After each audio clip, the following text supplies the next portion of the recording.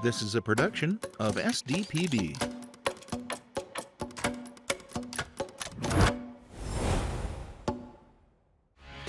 Coming up on Game Time, we'll put a bow on the basketball season. We bring back the highlights that made the boys' tourneys special and hear from all the winning head coaches. All coming up next on Game Time. Game Time is supported by the South Dakota Career and Technical Student Organization Center. Through CTSOs, South Dakota students can learn professional development, leadership, and industry-specific skills, helping students learn, lead, and succeed. All right, another week of Game Time here on SDPB. I'm Nate Weck, joined as always by Jason Andera. Jandy, I can't believe it. Basketball season's done. It doesn't seem like that long ago. We were kind of recapping the state volleyball championships as basketball season was really at its very, very beginning. And now here we are, boys basketball wrapped up this last week. But man, it didn't disappoint, did it? There were all kinds of storylines, and just looking at the arc of the season from the beginning to the end, it was a drama that just played out every week a little bit differently. And I can't wait to kind of dive in and give some props out to those teams that found a way to win. And even the teams that didn't win, there's a lot of storylines there too. So, yeah, it definitely didn't disappoint. One thing that we talked about last week with girls that I noticed, right away with boys too, was, we can talk about well, did this, were the seedings correct and all that sort of thing, but no number one seeds wanted on the boys' side, just like the girls. Yeah. So, that's another thing that really stood out to me. Yeah, how many undefeated teams came into the state tournament this year, boys and girls, that didn't get it done? I think West Central's the only team that did. Yep, I think so. But Machpealuta and, the Lincoln boys and, all these other teams that came in really red hot. You just never knew what was going to happen, and that's what makes these tournaments special. All right, well, we're going to kind of go through all of them, and like we heard, we're going to hear from some of the coaches, the winning coaches and things like that, talk about some of the other great moments. But let's start with AA. Obviously coming into this, Sioux Falls Lincoln, really, really good. They had a few games this year where maybe some teams gave them some troubles, but they came in as that one seed and looked like they were going to kind of steamroll their way to that Saturday night spot. They did. They felt like the heavy favorites here, but we knew from experience throughout the season that AA was wide open. So that's why, to me, after the quarters were done, we saw no seed upsets. I was a little bit shocked. I thought that was the one tournament we would see some activity where the 5, 6, 7, 8, 9 seeds would find a way to get something done. But even though there were a couple good games in that first quarter round, no seed upsets. So the really close game that we had was between Watertown and Harrisburg. Harrisburg found a way to get it done. Lincoln was tested by T-Area in the first half, but in the second half found a way to pull away. And, Roosevelt and Huron both took care of business. And then when you got to the semifinal round, Lincoln looked really good against Harrisburg. They seemed to have kind of found that stride a little bit more. I just feel like they looked a little bit more dialed in than that first half against They did, but Harrisburg played well. They did. They had a 2-point deficit going into the fourth quarter, even though Lincoln did look better and they were playing a little bit better. They had enough magic to get it done, 53-48, another pretty low-scoring game.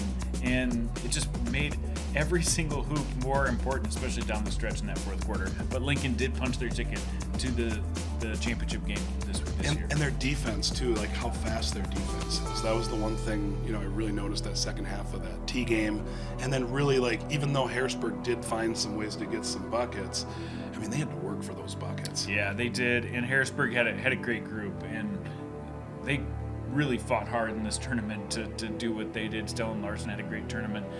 They hit some big shots from the outside, but in the end, they just couldn't keep up bucket for bucket with Lincoln. And Lincoln kind of got over that fence. Last year, they got to the semis and got upset. Now they punched their ticket to a Saturday night game. On the other side, you had Huron, who was down at the half to Roosevelt. they found a way to come back and win. Blake Elwine, he did all his damage from the free throw line. Like, he wasn't lighting it up from the field, but he did command the game, and he made almost every free throw, 15 of 17, to help his team get to a Saturday night. Yeah, I don't think he missed a free throw until about 2 minutes left in the fourth quarter, or under 2 minutes to go in the fourth quarter. So, I mean, he was smoking hot and just absolutely dangerous and finding ways to just get to the line, which is part of his game. Yeah, and Huron played such a great team game, and we talked about it. Like, the one issue that they had to stay away from was turning the ball over. They did a great job of taking care of the ball. I mean, you look at the stats, and there were still a few times that they did give the ball over, but not enough to cost them the game. And I think that's what helped them get to Saturday night. So then we get to Saturday. We'll talk about the championship, but that first session on Saturday, when we had the 7th, 8th place game and the consolation championship, we had 2 coaches coach their final game. Derek Roby coached his last for O'Gorman. As he goes into retirement from basketball, he's still going to teach. And then Pat McClemens out of Watertown as well won the consolation championship with the Arrows this year.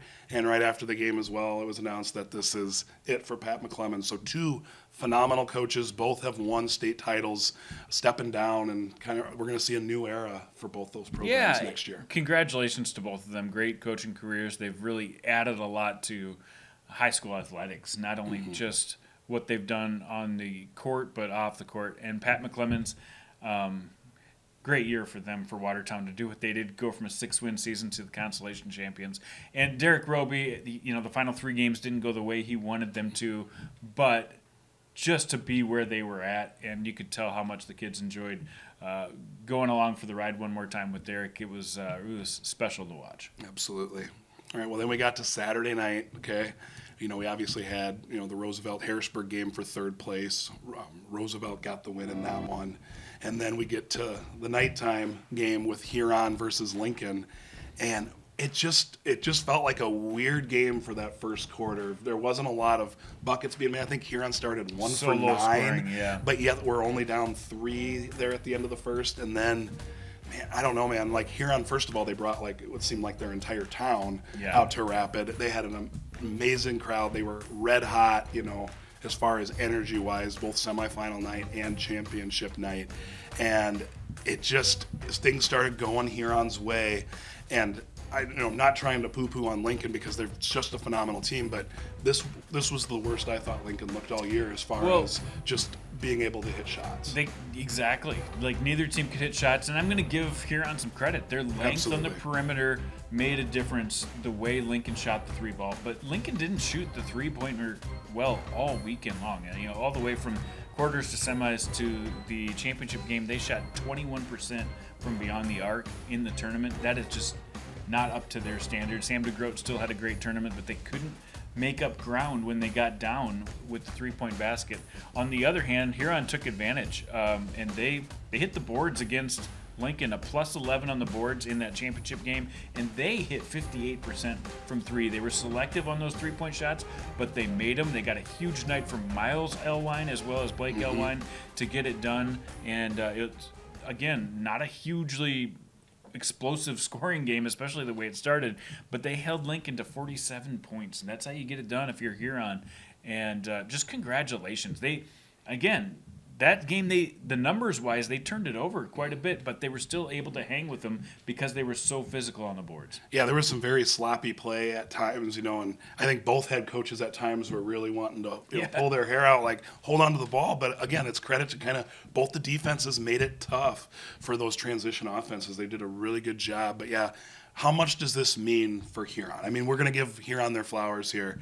This was such a big deal. I mean, we saw how excited, how pumped, the crowd was. All of the hugs after the game. It was obviously a massive moment for Tim Budenhagen, who we're going to hear from in a second as well. But this means so much to that Huron community. It really does. It really, not saying it doesn't to anybody else, but to Huron, this is a team that's been fighting to, get to the tournament. And then once they're in the tournament, they've had a few times where things didn't go the way they planned when they had some really good teams. So this year, with Blake Elwine's senior year, Davis Chase with a great compliment, the 2 Porish brothers, and as well as Miles Elwine and the rest of the crew, they all stepped up and had not just a great game, but a great tournament.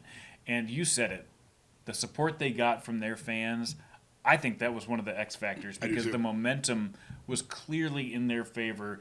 In a lot of other games, it might sway more back and forth. It kind of really started to shift in Huron's way, and it just kept going that direction. Yeah, and then you had Blake Elwine, knocking down some threes, in that first half too. That really, I think, kind of got maybe he's shooting the ball a little bit better, from the jump shot tonight than we've seen him, for the first couple games. And I think, it just felt like they were playing with so much confidence. And, Tim Budenhagen after the game had some words, on the court during the broadcast. We want to share a few of those moments with you right now. Means a ton. Look at Huron Nation behind us. It's a community thing, and these guys, they deserve it because, again, they work hard. They're great kids, and I don't know what else to say about them. But I'm just so pleased, and I love the electricity behind us. All right, so congratulations to the Huron Tigers. They're going to be putting up a banner in the Huron Arena. Pretty cool. Huge for them.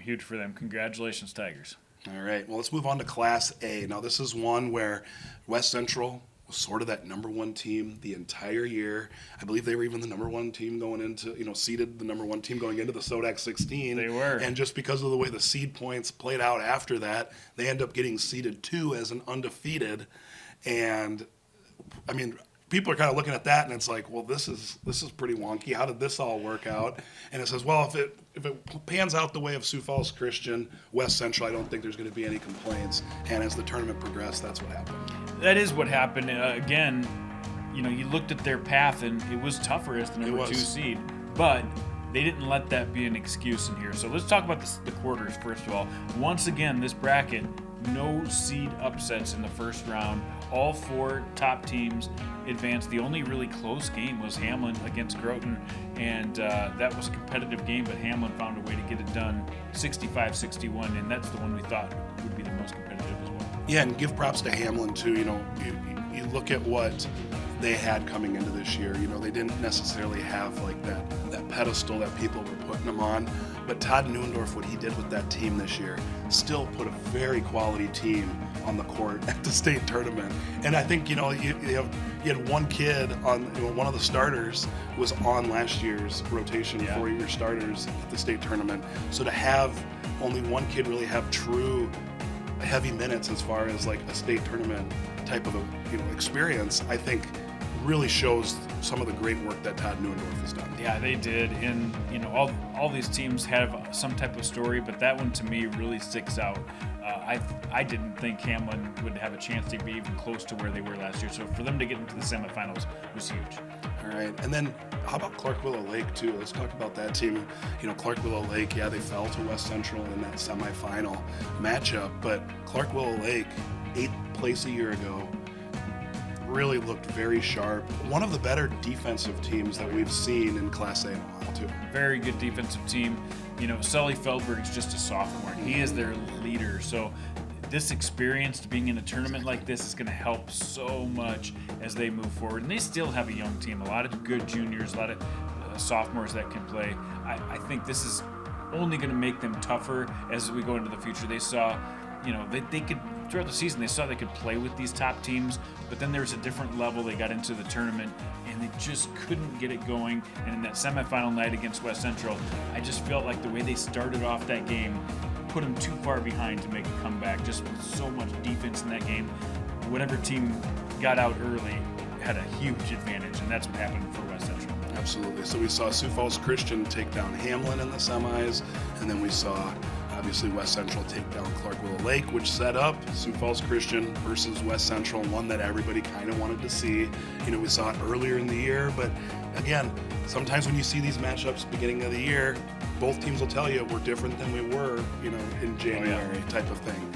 So for these teams to rematch up, we kind of got an idea to see, what's the Wassenaar Goodberry solution going to look like going up against, Cool, Mebius, what's that all going to look like? And West Central found their groove, and they just didn't look intimidated. No. They just didn't. And right off the bat in the first quarter, it was Brant Wassenaar going right up against Connor Mebius. He was guarding him one-on-one, and I thought that's a huge advantage for Sioux Falls Christian. But then a little bit of foul trouble hurt Brant Wassenaar, wasn't able to, and Connor Mebius, give him credit. He stuck it out the entire game, ended up leading his team in scoring. And again, it comes down to defense. They just did such a good job. They really held Cooper Goodberry to a poor shooting night. And I think, again, give credit to the defense in that situation, because Cooper can definitely light it up. Absolutely. And that's kind of, Dave Hollenbeck's mantra, right? Yeah. If you could be up by 30 points, but if the defense isn't playing well, he's still not going to be happy. Yeah. And for him to have that mindset of discipline and just keep pushing his guys, you got to play defense. He had to have been pleased with what he saw. He had to. And, this is one of those teams that they can play a really dirty, low-scoring defensive game, and then they can also go off for 80 points. Well, they scored 66 against Sioux Falls Christian. That's really good. And give credit to the entire team that was out there to play, because they couldn't focus on Will Cool and Connor Mebius because there was so much help from across the entire roster, and I think that's what really helped them generate enough points to get the win in this game. So we talked about it at the beginning of the year, Jandy. Dave Hollenbeck comes to West Central from St. Thomas More. I personally thought it would take a few years just to kind of get a groove, get a rhythm. At least a few months. Right, at least. Exactly.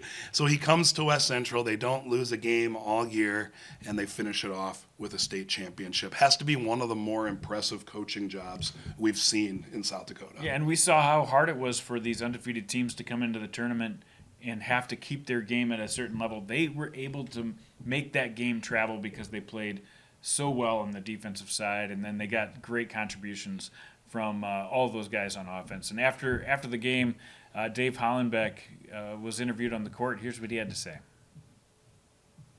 To get back here, to come to Rapid City, that's pretty special. And then, the buy-in, these guys bought in from day one. I met with the seniors about the second night I got to town, and I laid it all out to them and told them, these are the things we're going to have to do and so forth. We've got to change a few things with culture and so forth.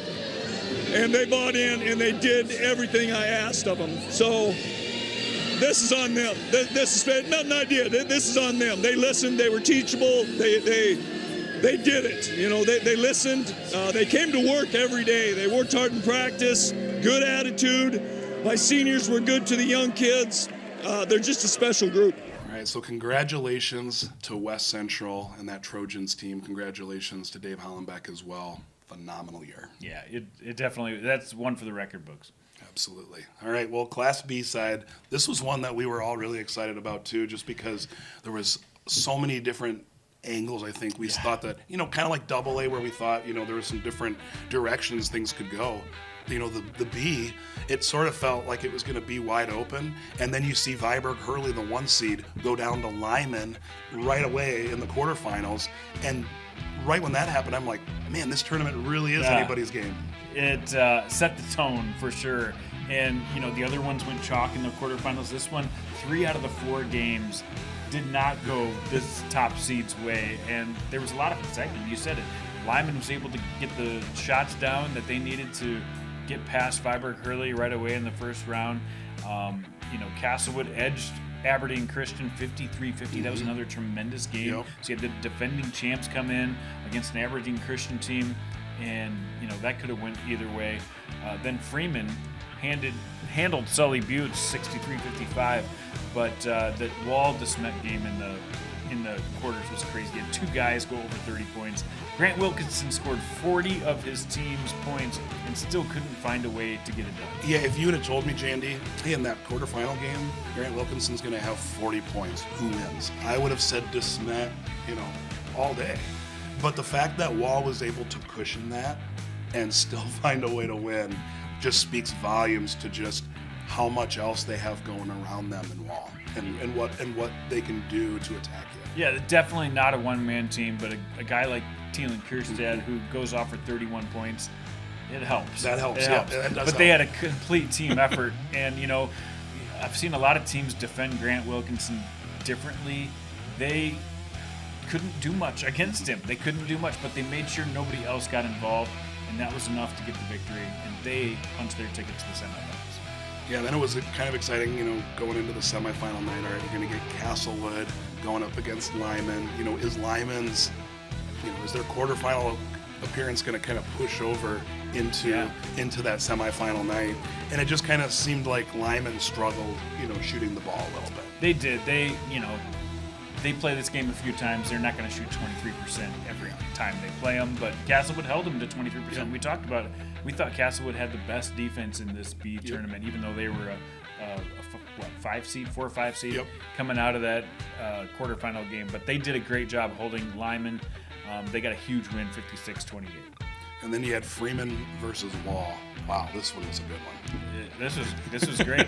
I mean, Freeman didn't have drama in that quarterfinal. Well, the drama heated up quickly against Wall, and another 30-point game for Thielen Kierstead. He came out on fire. The three-point shooting on both sides was tremendous. Freeman shot 50% from three. Wall shot 43% from three. And going into the fourth quarter, I thought Wall had this thing. I did too. Not necessarily sewn up, but they had a 7-point lead going into the fourth quarter.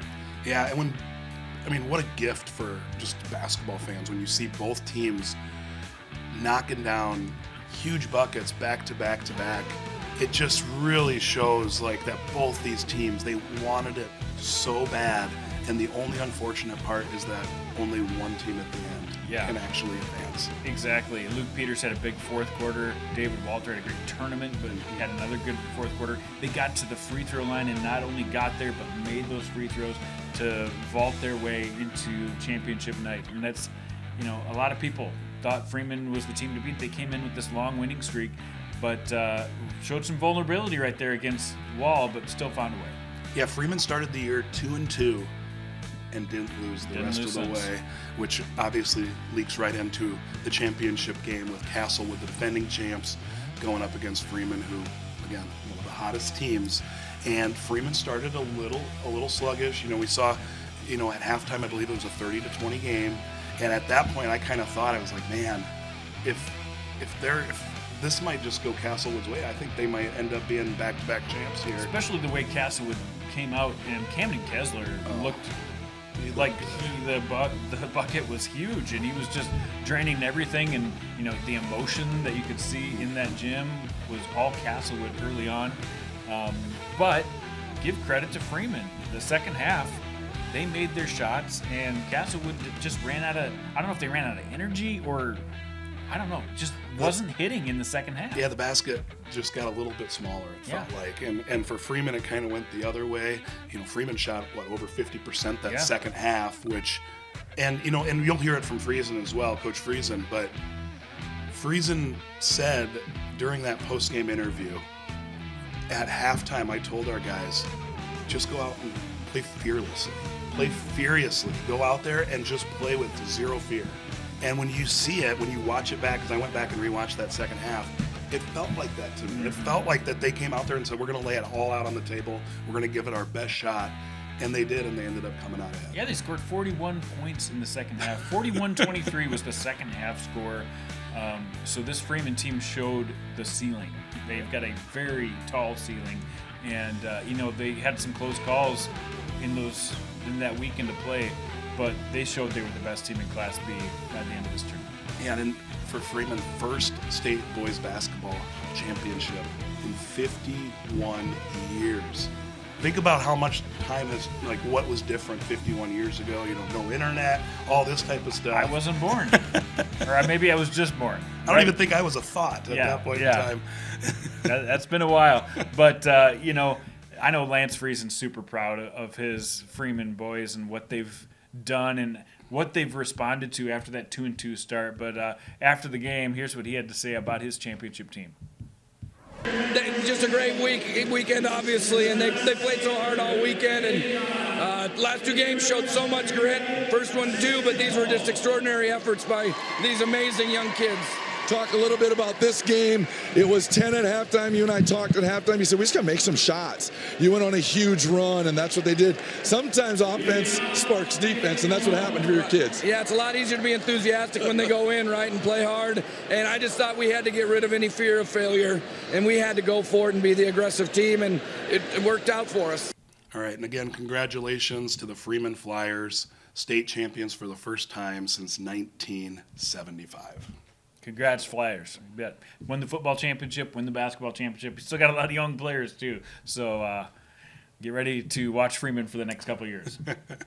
All right, well, real quick here, we're going to get into some of the awards and things like that throughout basketball. But real quick, we got the all-state band concert coming up from Rapid City this week. It's going to stream live on SDPB's YouTube. It'll be archived. We can't archive it on YouTube because of music copyrights, things like that, but it'll be available on demand at sdpb.org/band next Monday. So support our kids in the fine arts too. I mean, fine arts is such a big deal to what we have in South Dakota too. Some incredibly talented kids all across the board, so make sure that you support them as well. For sure. And, this is our last episode for basketball, but in the spring, we've got, about 3 episodes? 3 episodes, to do some spring track and field and a little bit of softball as well. So we're not totally going away, Nate, but we're going to be on a little bit less frequently. Yeah, we're going to come back and highlight do a preview show for the Howard Wood Dakota Relays, and then we'll do a preview show as well for state track and state softball. So, and a lot of this is because of people like you. Yes. You guys tuning in to watch us every week has really sort of driven this thing from potentially being a football-only show to leaking over all the way through basketball season to now also having some coverage as well through the month of May, which we're super excited about. Yeah, we couldn't do it without you guys watching this and making the numbers good enough to show our bosses that we can keep doing these shows, because we love doing it. So absolutely. All right, well, let's go through some of these awards real quick. Yeah.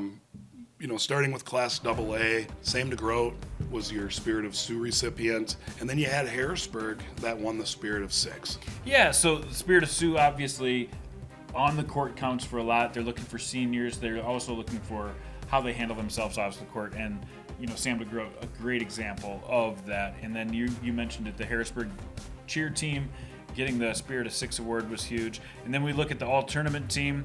Miles Elwine stepped up big. Blake Elwine, led the team in scoring for the champs. He's on there. Brody Schaefer, still handed out a ton of assists. I think 7 assists in that last game. Sam DeGroat on there. Mason Clark, Gavin Schott, Austin Dowd, Carter Bisker, Jackson McClemmon, Stellan Larson, and then Roosevelt had Memphis Bylander and DeAndre Painter on that all-tournament team. Congratulations to all of you.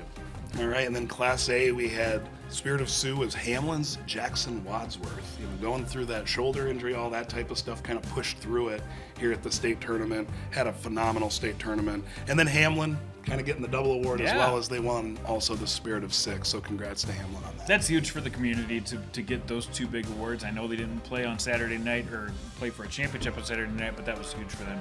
And then a quick look at the all-tournament team. West Central represented by Will Cool and Connor Mebius. Sioux Falls Christian, Brant Wassener, he carried the team at moments throughout the tournament. And Canyon Prince, what a glue guy he was for Sioux Falls Christian. Paxton Deal, Carson Zach, Damian Clown, Wyatt Gilton, or Buzzy Gilton, whatever you want to call him, Jackson Wadsworth and Bowden Stevenson, both for Hamlin, and then Clark Willow Lakes, Chris Beavers, and Sully Feldberg getting on the award stand. All right, then in Class B side, we had Wesley Whitler out of Sully Buttes get the Spirit of Sioux. Freeman, Spirit of 6. Congrats to both of them on those awards. Yeah, those were really cool. I mean, that environment in Aberdeen was great, so to see them get their awards in that type of environment was really cool too. And a quick look at the all-tournament team. 3 players from Freeman: David Walter, Tate Sorensen, Luke Peters. Castlewood was represented by Camden Kessler and Will Aderhold. Sully Buttes' Wesley Whitler. Congratulations to him, almost 2,000 points in his career. Jake Austin gets it for Viborg Hurley. Luke Kaiser, Grant Wilkinson, MJ Deem, Thielen Kierstead, an excellent tournament, and Emmett Dinger for Wall. All right, yeah, Wesley Whitler. I think one more game he would have hit 2,000. He would have been close. And also we want to mention that the all-state list came out for the girls tournament. Make sure you go on our website. We should have a recap of that. Congratulations to all the all-state recipients, and then be looking for. They have all-star games coming up here in the next few weeks too, so that's always fun to see some of these seniors play their final game as high school players. And then Ashley Copel and the McDonald's Yeah, around the Final Four as well of the Still some NCAA basketball women's. So keep there's an eye lots of stuff to pay attention to. So all right, another week of Game Time. We're going to close the book on it. I'm Nate Weck. This is Jason Andera. We'll see you in May.